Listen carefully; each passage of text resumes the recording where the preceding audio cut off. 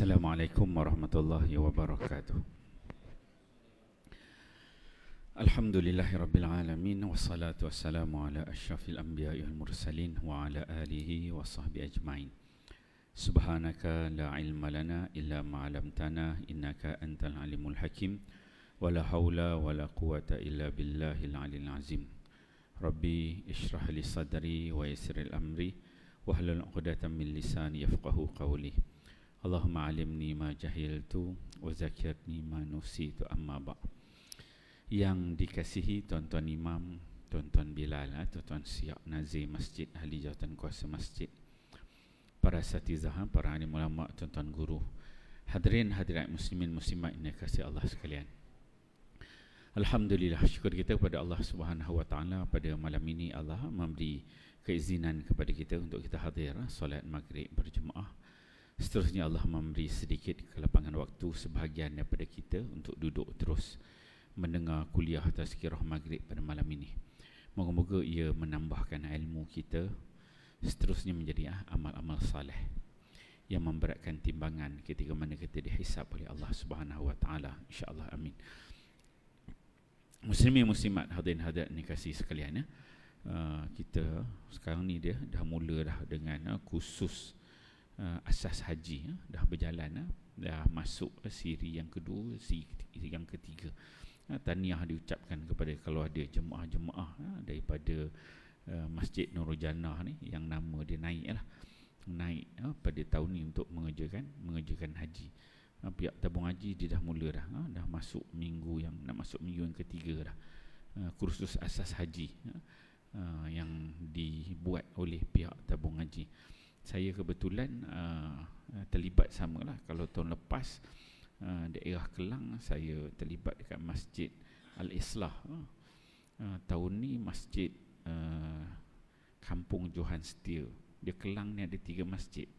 Masjid Kampung Johan Setia, Masjid Al-Islah, dan juga Masjid Kampung Raja Uda saya Kelang. Tu 3 buah masjid. Dekat kawasan Meru kita ni tak ada lagi. Ada meeting baru ni dengan pihak tabung haji daerah Kelang. Dalam meeting tu dia haji ni dia ada kursus asas haji yang 13-14 siri tu. Dia untuk tahun ni dia berakhir hujung bulan 1. Kemudian lepas habis tu dia akan ada kursus peringkat daerah Kelang. Masa meeting tu ada disebut Masjid Nurul Jannah. Saya pun terkejut, ada Masjid Nurul Jannah, tak tahu lah. Kabel Masjid Nurul Jannah saya tak tahu lah. Tapi ada disebut Masjid Nurul Jannah sebab dia nak cari tapak untuk buat kursus peringkat daerah. Saya tak tahu lah, mungkin ada yang pihak AJK ataupun Nazir yang tahu. Ada disebut Masjid Nurul Jannah. Wallahu ta'ala alam. Tapi maksudnya kawasan kita lah, Meru ni tak ada yang buat kursus haji bawah tabung haji. Yang personal tu adalah kan, buat buah masjid, panggil guru ngajar kan, okey juga. Tapi kalau kita yang dengan kerjasama tabung haji ni dia lain.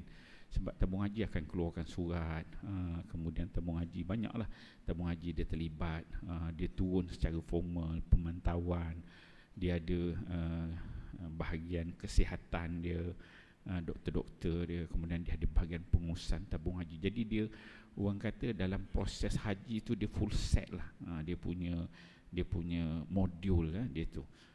Jadi mungkin kalau ada ruang dan peluang mungkin boleh dirisik pihak tabung haji tu, kalau ada rezeki lah belah-belah Meru ni. Sebab ramai sebenarnya. Saya minggu pertama tu dekat Masjid Kampung Johan Setia tu 800 orang lebih. 800 orang. Masjid tu dia melimpah-limpah sebenarnya.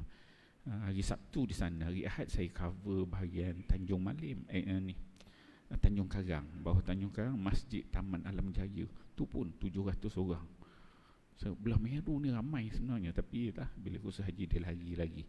Dan tabung haji tu mungkin juga dia orang di tengah menengok masjid mana yang sesuai untuk dibuat kursus haji. Mungkinlah kalau ada pihak-pihak masjid peminat dia kan, bolehlah merisik-risik khabar tabung haji tu kan.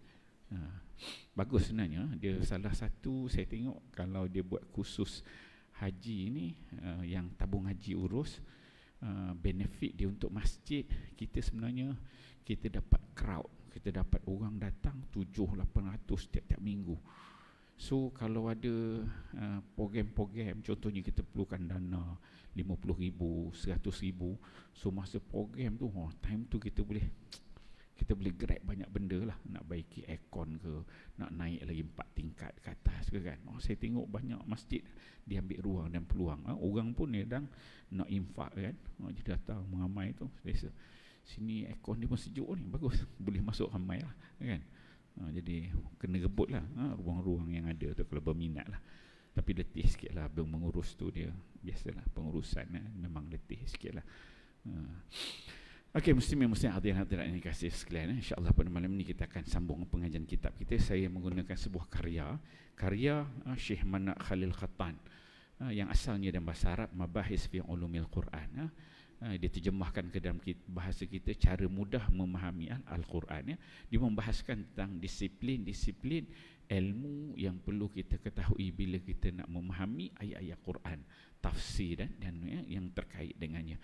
Dan kuliah kita terakhir di sini mengikut catatan dan kitab saya ini pada 1 bulan 10 yang lalu, bulan lepas lah, kita berada pada muka ke surat 100-105. Kita masih membahaskan bab maki dan madani. Maki dan madani ni bab yang keempat. 3 bab kita dah selesai. Bab pertama tentang sejarah perkembangan ilmu Quran, penulisan, itu bab pertama, disiplin ilmu. Bab yang kedua dia membahas tentang Quran, ta'arif Quran, sifat nama Quran, beza Quran dengan hadis nabawi, hadis kursi. Bab 3 dia bincangkan tentang al-wahyu. Wahyu tu lagi umum. Wahyu tu adalah Quran sebahagian daripada wahyu. Wahyu tu banyak lagi jenis-jenis. Hadis pun juga wahyu, hadis kursi pun wahyu juga kan. Ada wahyu bentuk yang syaitan, pada pokok, pada makhluk binatang, macam-macam kita bahas. Wahyu turun daripada Allah kepada malaikat, malaikat kepada nabi, Allah kepada nabi, cara, spek, rupa, kita bahaskan nabi. Kemudian ada syubhat penentang wahyu, ada kemudian tajuk tentang khalqul Quran kan, kita bahaskan. Kemudian dia masuk bab 4, maki dan madani. Ini kita bahaskan. Maki dan madani ni satu tajuk yang membahaskan tentang ayat-ayat Al-Quran yang turun di Mekah dan juga di Madinah. Yang mana para ulama ni dia ambil perhatian berat. Sama ada ayat tu turun dekat Mekah, ayat ataupun surah turun dekat Mekah ataupun dekat Madinah. Sebab apa? Dia memberi impact daripada memberi kesan kepada pentafsiran, tahu makna cerita di sebaliknya. Tetapi Nabi SAW tak sebut pun ayat ni turun Mekah, ayat tu. Ulama kemudian yang susun disiplin ilmu nak tahu ayat itu maki atau madani, di Mekah atau di Madinah. Dan kita bahaskan dekat situ, dia tu contoh-contoh. Jadi dia bahagikan ada nama surah yang turun dekat Mekah, iaitu sebanyak 82 surah turun dekat Mekah kata ulama. Kemudian ada 20 surah turun dekat Madinah. Ada 12 surah yang khilaf.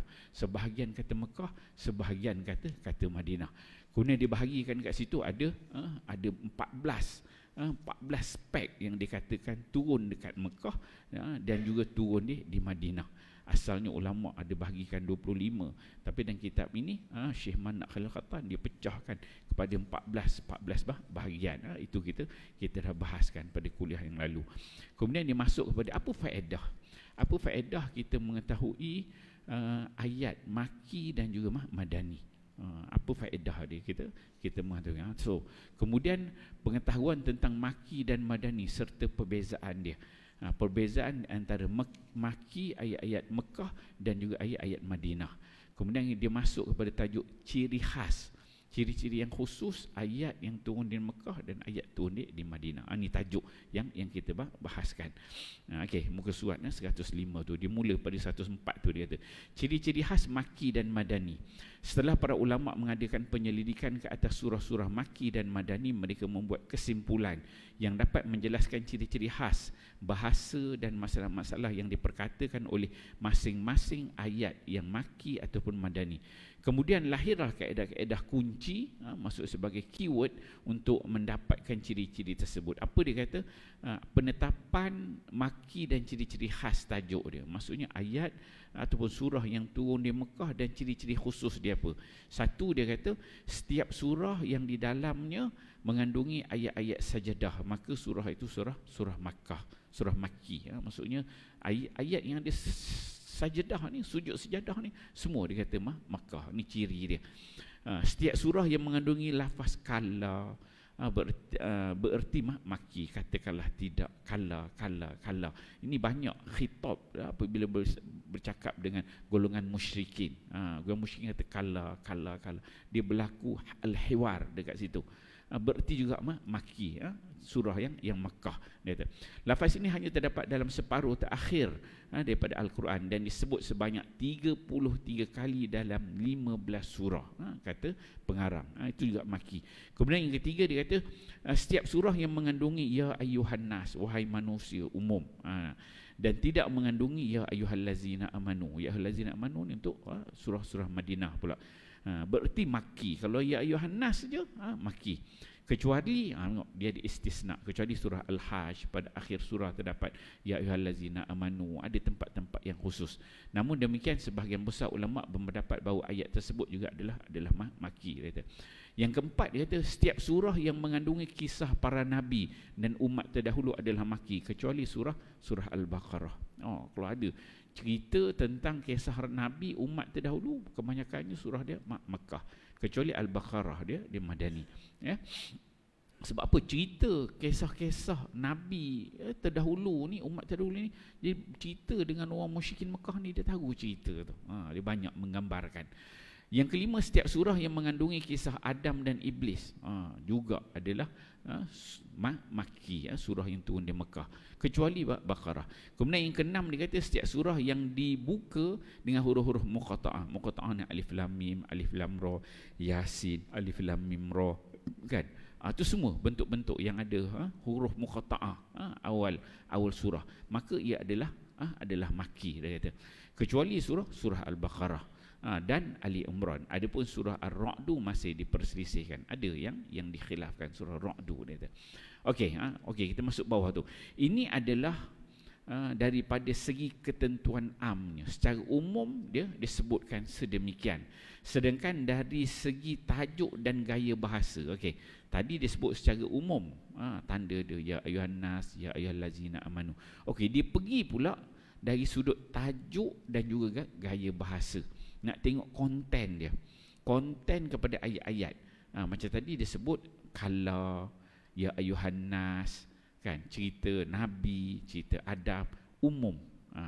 Kemudian dia pergi pula dari sudut konten, tajuk dia, maudhu'i yang ada dalam surah-surah tersebut. Kemudian bentuk gaya bahasa surah itu juga dia ada yang dibahaskan. Yang pertama, kata pengarang, kalau dalam surah itu dia ada banyak ayat-ayat yang membahaskan tentang dakwah kepada tauhid.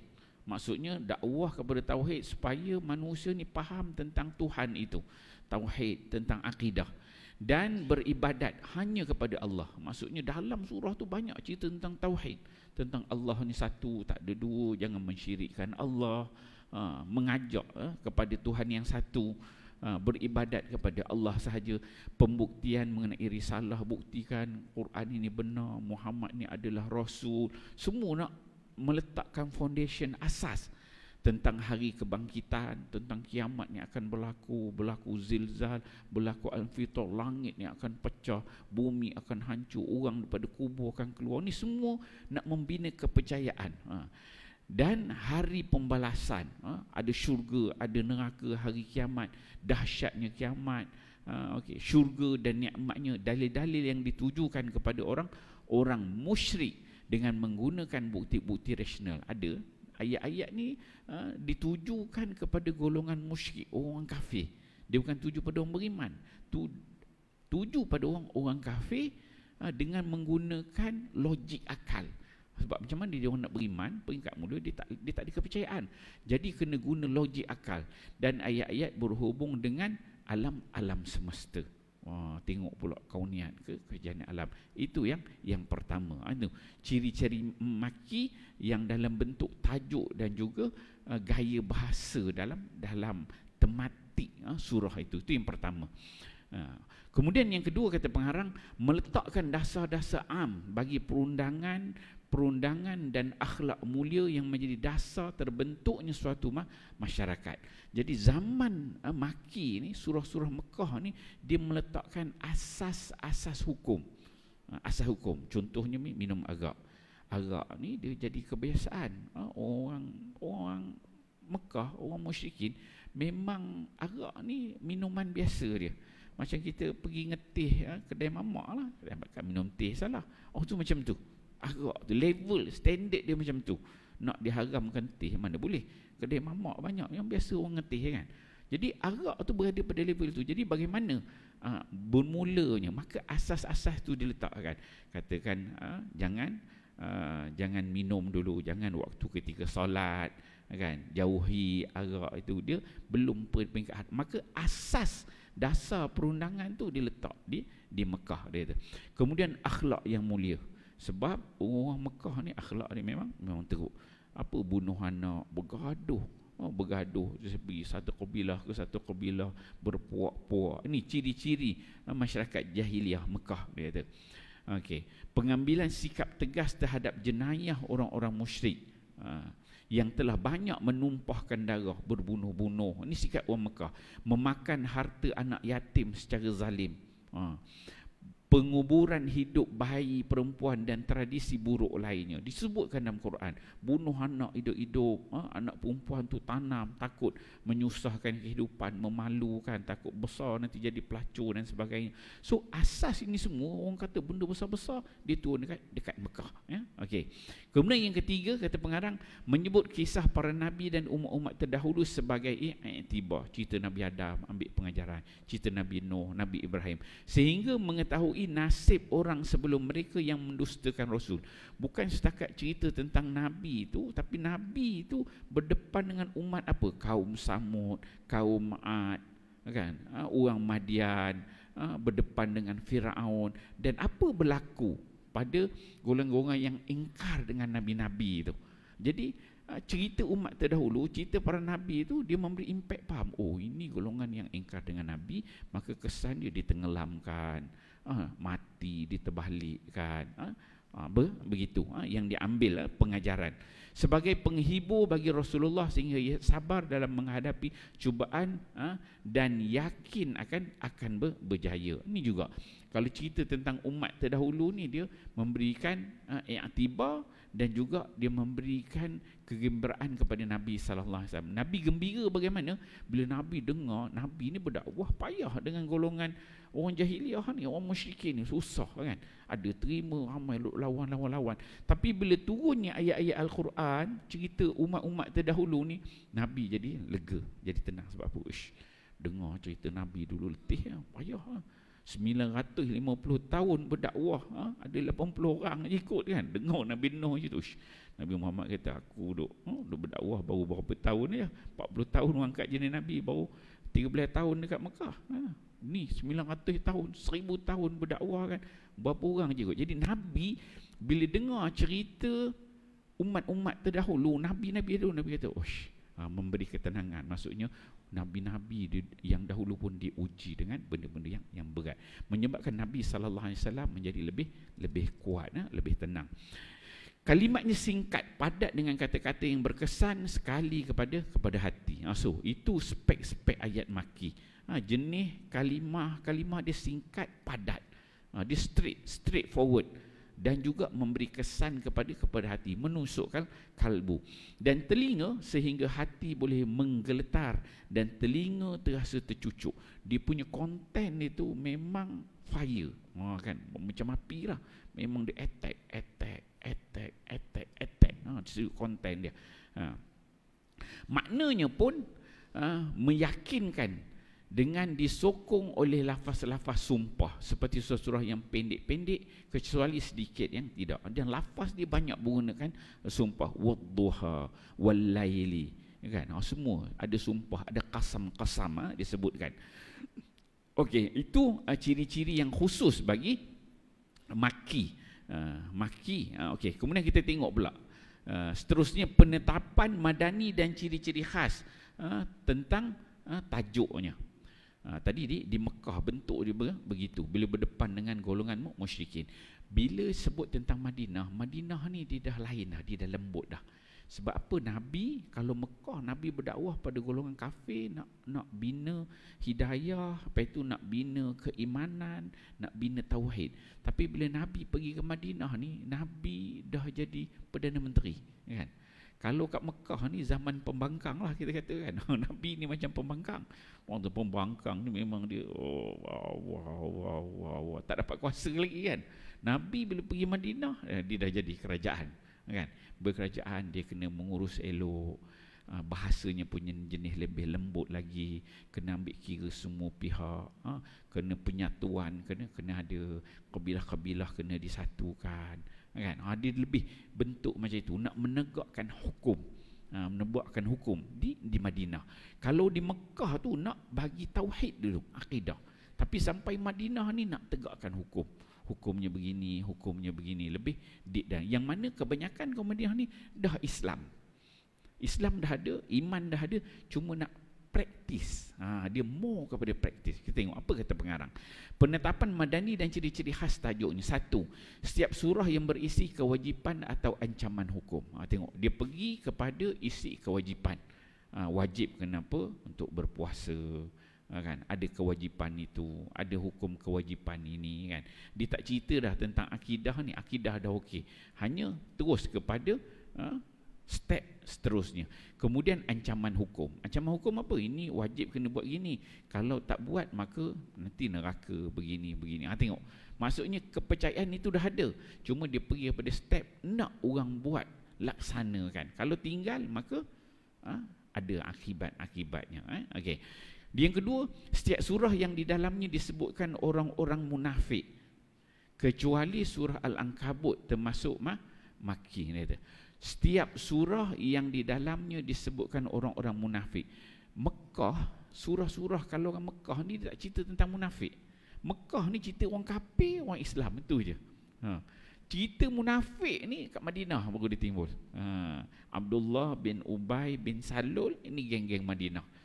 Geng yang dulu kononnya kalau Nabi sampai dia nak beriman, nak sambut Nabi, bila Nabi sampai kedudukan dia tergugat, kan. Apa tu ramailah geng-geng munafik ni di Madinah. Munafik ni dia lahir dekat Madinah.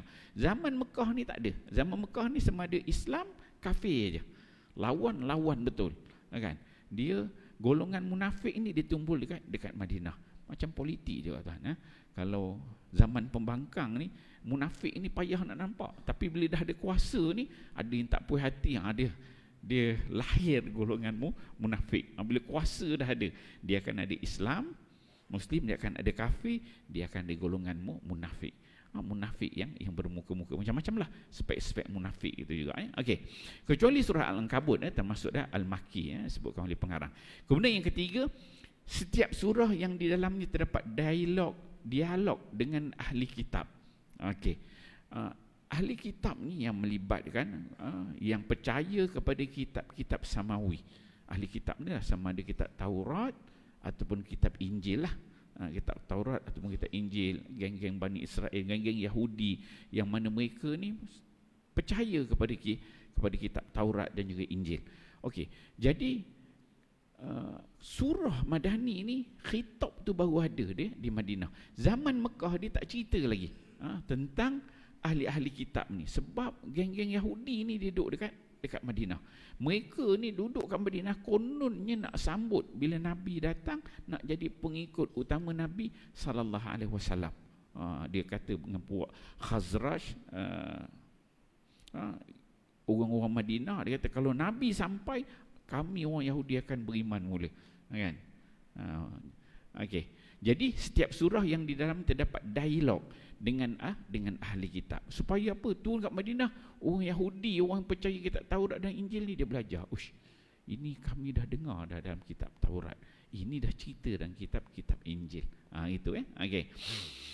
Itu secara umum. Kemudian dia sebutkan ini daripada segi ketentuan am, dia kata. Sedang dari segi aspek gaya bahasa, gaya bahasa. So dia pergi dari sudut gaya bahasa pula bagaimana kalau Madinah punya. Madinah dia kata yang pertama menjelaskan masalah ibadat, muamalat, hukum hudud, kekeluargaan, warisan, jihad, hubungan sosial, hubungan antarabangsa sama ada di waktu damai, selamat maupun di waktu perang, kaedah hukum dan masalah perundangan. So yang pertama disebutkan menjelaskan masalah ibadat. So ibadat yang dia buat, ibadat puasa, ibadat haji kan. So semua tu secara detail semua turun dekat Madinah yang Nabi terangkan. Muamalat bagaimana yang berkait dengan hukum hudud, hukum mencuri semua. Zaman Mekah tak boleh nak cerita benda tu, tak ada kuasa. Tapi Madinah dah jadi kerajaan, ada kuasa, baru boleh nak laksanakan hukum hudud. Maka barulah perbincangan itu. So semua ni spek Madinah dah ada kuasa. Itu yang pertama disebutkan. Yang kedua, dia kata seruan terhadap ahli kitab daripada kalangan Yahudi dan Nasrani, dia kata, dan ajakan kepada mereka untuk masuk Islam. Penjelasan mengenai penyimpangan mereka terhadap kitab-kitab Allah terdahulu, permusuhan terhadap kebenaran dan persisihan mereka setelah keterangan datang kepada mereka kerana rasa dengki di antara sesama mereka. So ayat-ayat kalau Madani ni, ayat Madani ni dia akan menyeru ahli kitab sama ada Yahudi ataupun Nasrani, puak-puak daripada Nabi Musa dan juga Nabi Isa. Ajak mereka ni untuk masuk Islam. Itu. Kemudian dalam Quran tu menceritakan bagaimana golongan Yahudi dan Nasrani boleh tergelincir, boleh terpesong. Sebab mereka ni sebenarnya kitab Taurat tu betul, Injil tu betul, tapi berlaku penyimpangan, rosak, berubah, berlaku tahrif, pelancongan, ubah itu, ubah ini, yang asal dah tak ada dah pada kitab itu. Jadi datangnya Quran yang ayat di Madinah ceritakan yang ni dah berubah begini, yang ni dah ubah begini, ini dah ubah begini. Yang mana pihak kalau Yahudi Nasrani ni boleh dibaca, oh betul lah, kan, begini. Sebab mereka membaca Taurat dan juga Injil. Itu menjelaskan mengenai penyimpangan mereka terhadap kitab-kitab Allah terdahulu, permusuhan terhadap kebenaran dan perselisihan mereka setelah keterangan datang kepada mereka kerana rasa dengki di antara sesama mereka. So ada sifat sama ada Yahudi dengan Yahudinya, Nasrani dengan Nasrani, dengki dan juga bergaduh di antara mereka, menyebabkan mereka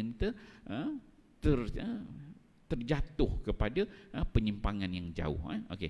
Guna yang ketiga, kata pengarang, menyingkap akhlak orang-orang munafik. Maksudnya cerita tentang munafik tadi cerita dekat ayat-ayat Madinah, tetapi bukan setakat ayat untuk munafik je, tapi menceritakan akhlak munafik itu. Yang dikatakan orang munafik Madinah ni, perangai dia bagaimana, bermuka-mukanya tu diceritakan begini. Itu semua tentang orang Madinah. Munafik benar. Dekat Mekah tak ada ayat itu.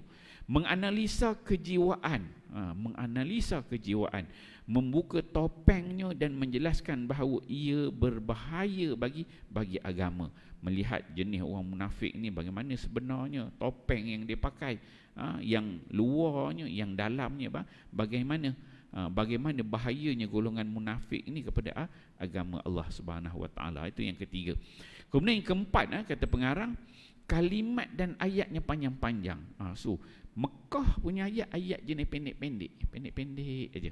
Dia punya ayat tu pendek, straightforward, fire, tembak. Tapi kalau Madinah ni, bentuk ayat dia secara khusus jenis kalimat panjang-panjang, ayat yang panjang-panjang, menghurai, lebih orang kata macam berbunga-bunga sikit. Dia punya ayat dia panjang.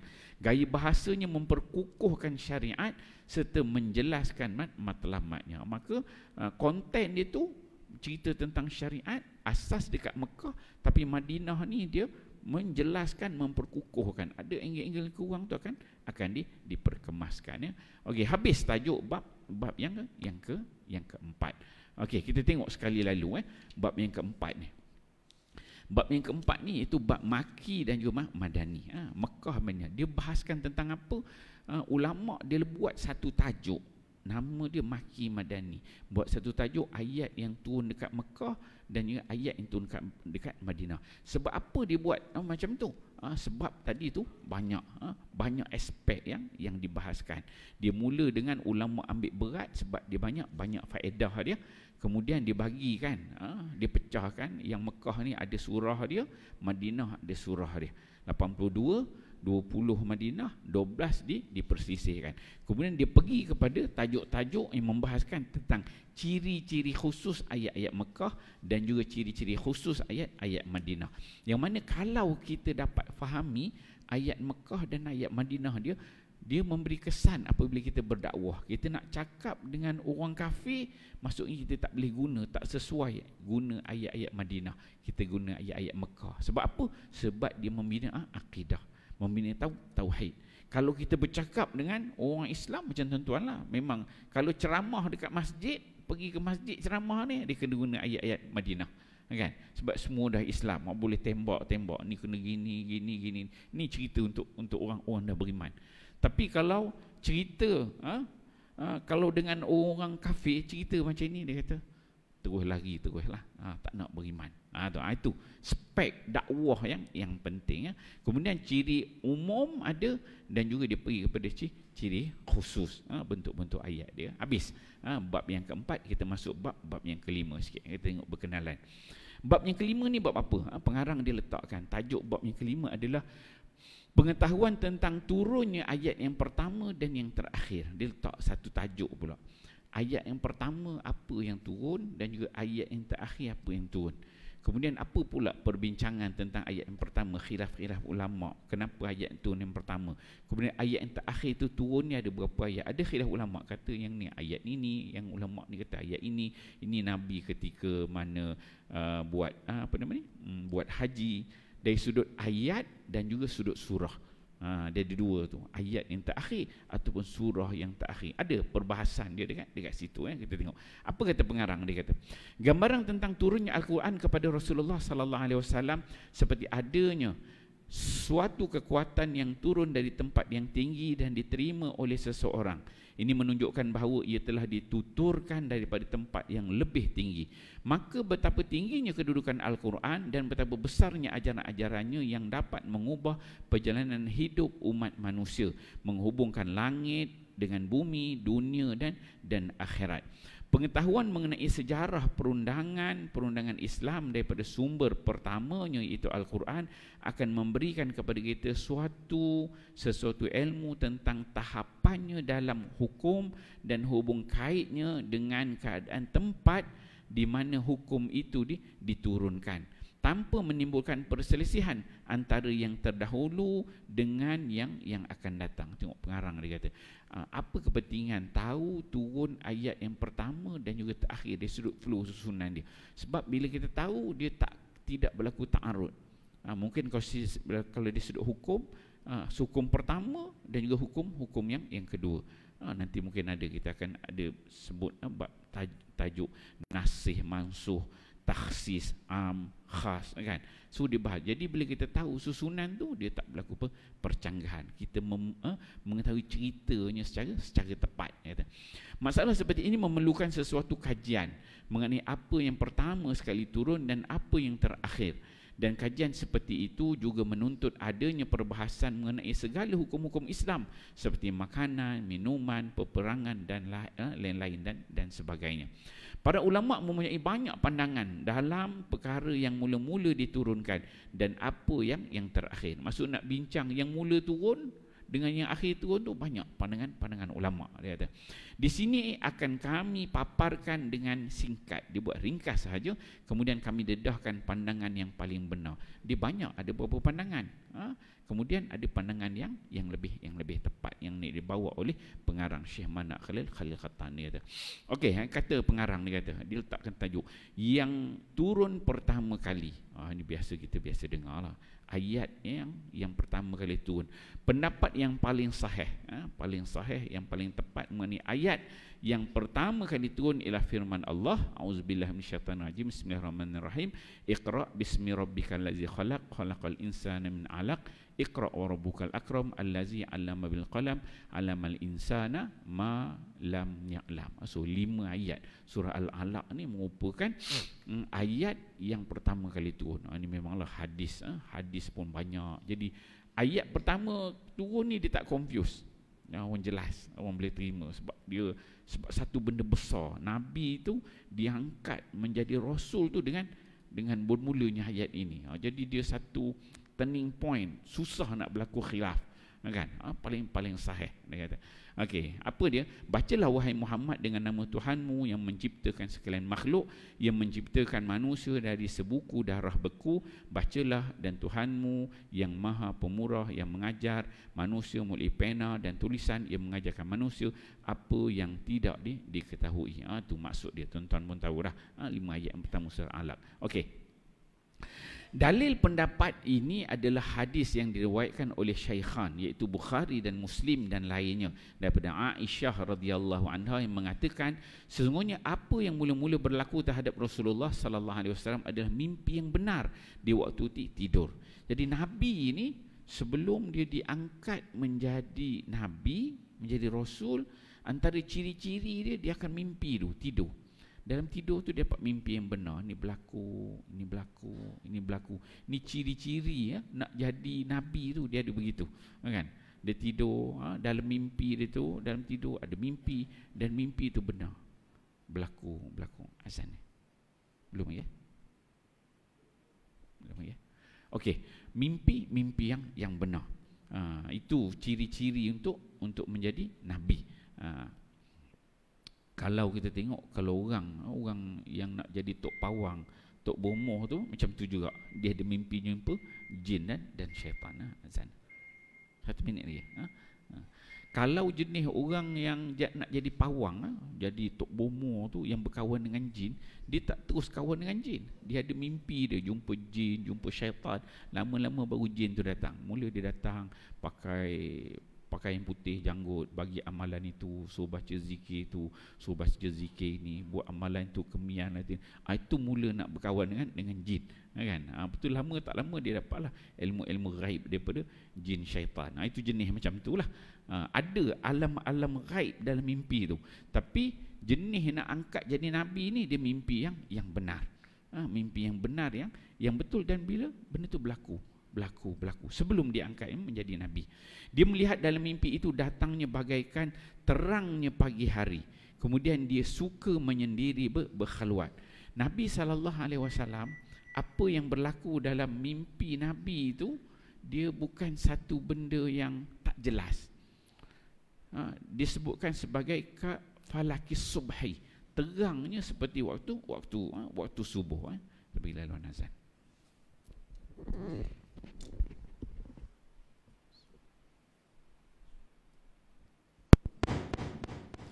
Allahu Akbar, Allahu Akbar, Allahu Akbar, Allahu Akbar. Asyhadu an la ilaha illallah.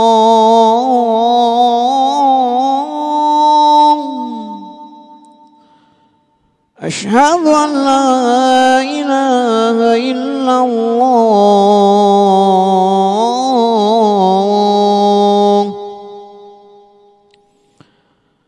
أشهد أن محمدا رسول الله. أشهد أن محمدا رسول الله.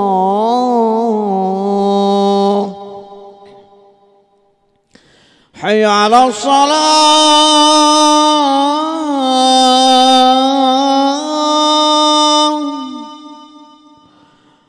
حي على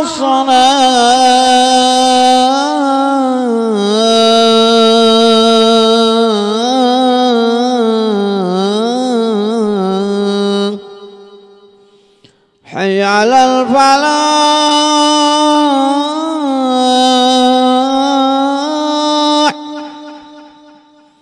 حي على الفلاح.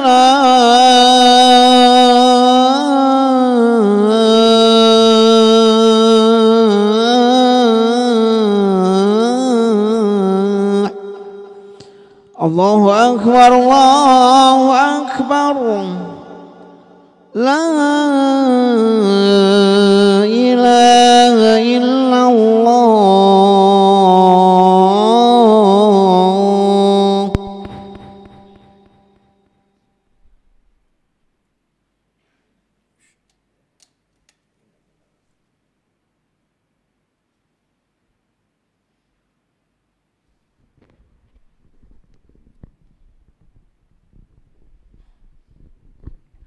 Muslimin muslimat dan hadirat yang dikasihi sekalian, alhamdulillah, syukur kita pada Allah malam ini kita dapat sambung pengajian kitab kita. Kita mulakan tadi dengan akhir pada bab maki dan madani, yang mana kita bahaskan tentang ciri-ciri khas maki.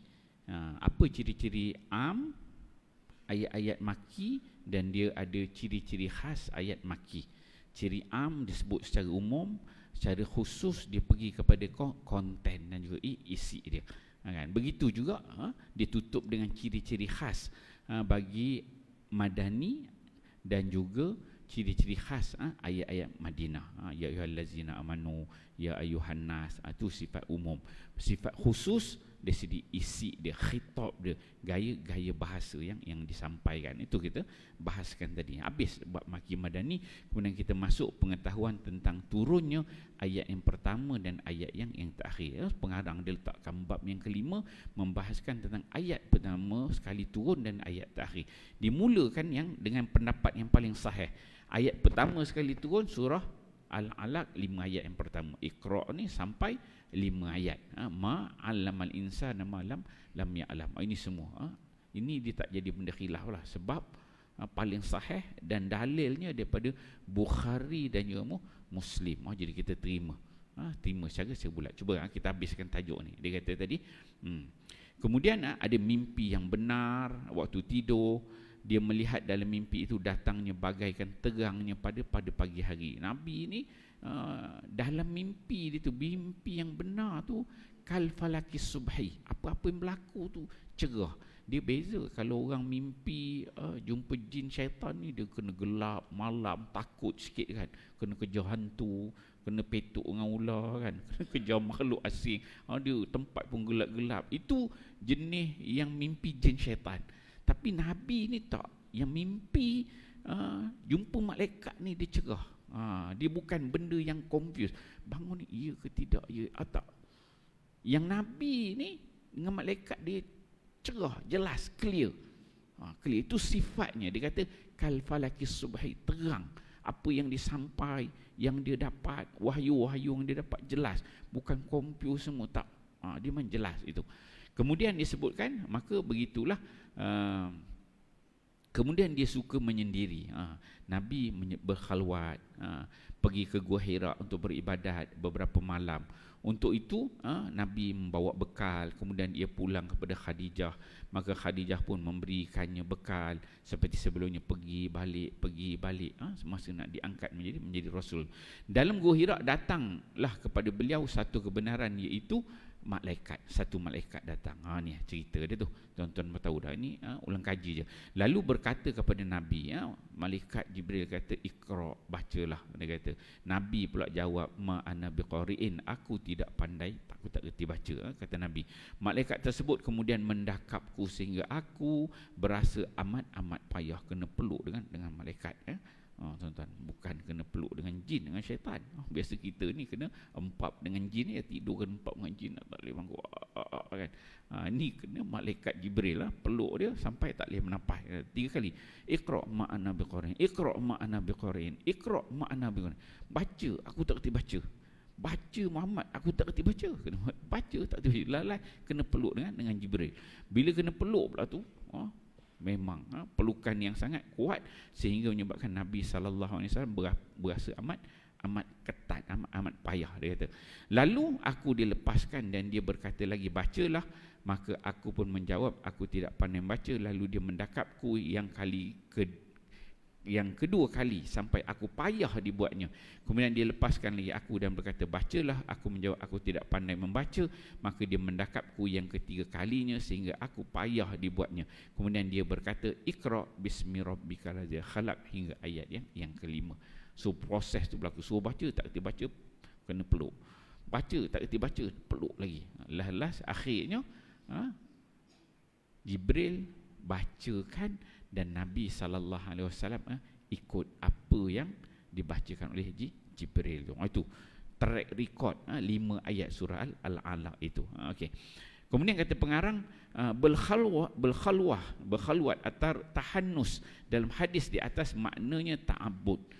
Khalwat ni bukan maksudnya khalwat kita khalwat lelaki perempuan pergi berkhalwat menyendiri dalam bilik nyorok mana kan, duduk tepi taman bunga khalwat tu.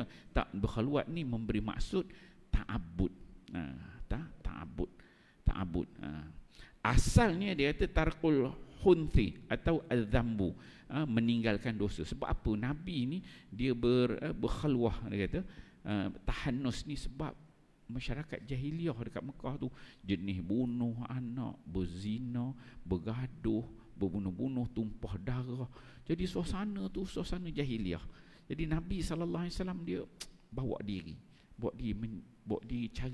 mencari sesuatu, mencari Tuhan, kan? Mencari Tuhan macam manalah kehidupan ni, kan? Sebab Nabi ni dia jiwa yang bersih. Maka itu dia katakan tarkul hunthi adzambu, meninggalkan dosa. Adapun ghathani maknanya mendakapku sehingga aku berasa amat susah dan payah. Ni dia carakan tentang hadis tersebut. Itu bahagian yang pertama. Maksudnya hadis yang menceritakan 5 ayat daripada surah Al-Alaq ni dia clear. Itu merupakan ayat yang pertama kali turun. Kemudian ada pula pandangan yang lain. Yang kedua, dia katakan pula bahawa yang pertama kali turun adalah ya ayyuhal mudassir. Ya ayyuhal mudassir ni wahai orang-orang yang berselimut. Ada pula cerita dia. Gini ada riwayat tu. Sejauh mana kuatnya riwayat tu, ada riwayat yang menceritakan. Tapi yang ni dia ayat yang pertama turun ni dia kurang khilaf. Yang ujung sekali turun nanti dia ada khilaf. Ataupun surah yang pertama turun yang komplit. Macam ni ayat 5 ayat, bukan satu surah Al-Alaq. Ada surah yang komplit pertama turun, surah apa? Surah yang last sekali komplit turun apa dia? Itu kita akan bahas insya-Allah. Kita akan tengok seterusnya pada kuliah yang akan datang insya-Allah. Auzubillahi minasyaitanirrajim. Bismillahirrahmanirrahim.